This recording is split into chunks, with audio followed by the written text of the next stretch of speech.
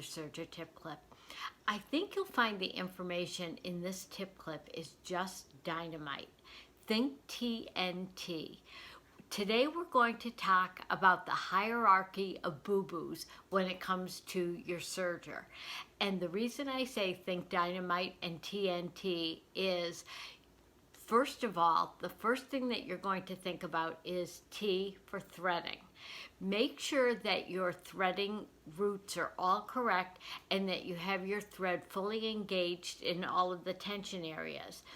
And this actually happened to me just a few days ago when I was doing some decorative stitching with decorative threads. All of a sudden I kept looking at the stitch and I said, that doesn't look good and it doesn't look right. Well, when I checked, and I had been in a hurry when I was threading up my machine, I didn't have the upper looper thread engaged fully in the pre-tension area, and it threw off the tension of the whole stitch and it didn't look correct. So that's the first T. The next one is N for needles. Make sure that you have not only the correct size needle in for the type of fabric that you're working, but make sure that the needle type is correct also. And I did a tip clip just recently on the different types of needles that you can use in your serger. So you can use either a universal, an ELX 705, ELX 705 SUK, with that modified ballpoint for knits. You can also use a stretch needle, top stitch needle. There are a few that you can use. So make sure that the needle matches the type of fabric that you're using. And also make sure that you're using fresh needles. So often when I do workshops for people, they may raise their hand if I'm in person and they'll say my stitch doesn't look good, and it doesn't. So we go over, take a look at the stitch, and I'll mention when was the last time you changed your needles, and sometimes it's been a while, so they put fresh needles in, and guess what, the stitch looks great again. So it's just as important in your serger as it is in your sewing machine to change those needles frequently. The last T of the T.N.T. hierarchy of boo-boos is tension.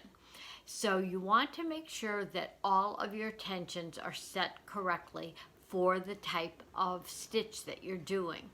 And again, make sure your threads are fully engaged in your tension discs if you have those. And whether you do or not, when you thread your serger or your sewing machine, you should always thread it with the presser foot up, and that opens up those tension discs and allows you to get the thread fully engaged in them when you put the presser foot down, and you'll make sure that your tension is correct.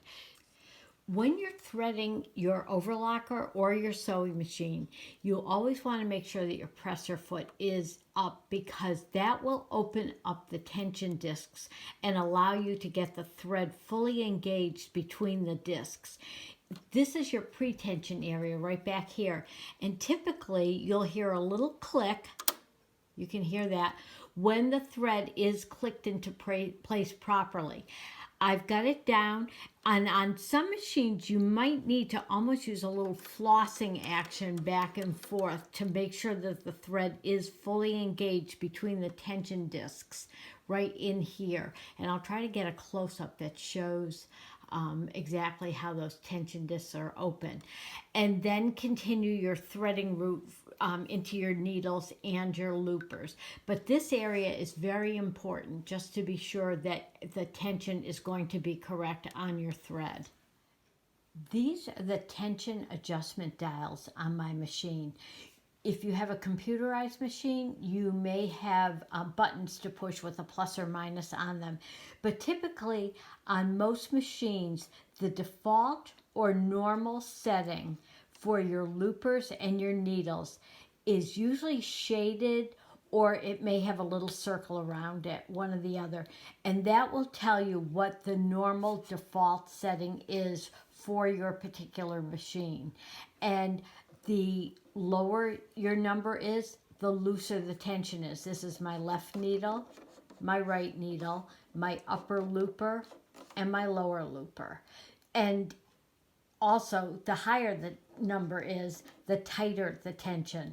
So, for instance, if I were doing a rolled hem setting, I would probably have my right needle and upper looper on the default setting, and I would crank up the tension on my lower looper to a higher number so that I would have more tension on that thread as it's stitching. One other thing while we're talking about tensions that I like to mention in my classes as well as in videos is that when you check your owner's manual for a particular stitch that may have different tension settings other than the default or normal settings, those are guidelines. Don't think of them as hard and fast rules. If your stitch doesn't look exactly the way you want it when you have the tension set to what the manual suggests, then by all means play around with them and raise the tension. I know I've changed the tension settings from the suggested ones for flat locking, reverse flat locking, and sometimes even when I'm doing a rolled hem, I'll change those settings as well. So don't feel constrained by exactly what the manual tells you to do. If you want to try something different, make it on a sample piece of fabric and get it to the way you want it. Think T.N.T for the hierarchy of boo-boos for different problems with your serger stitch.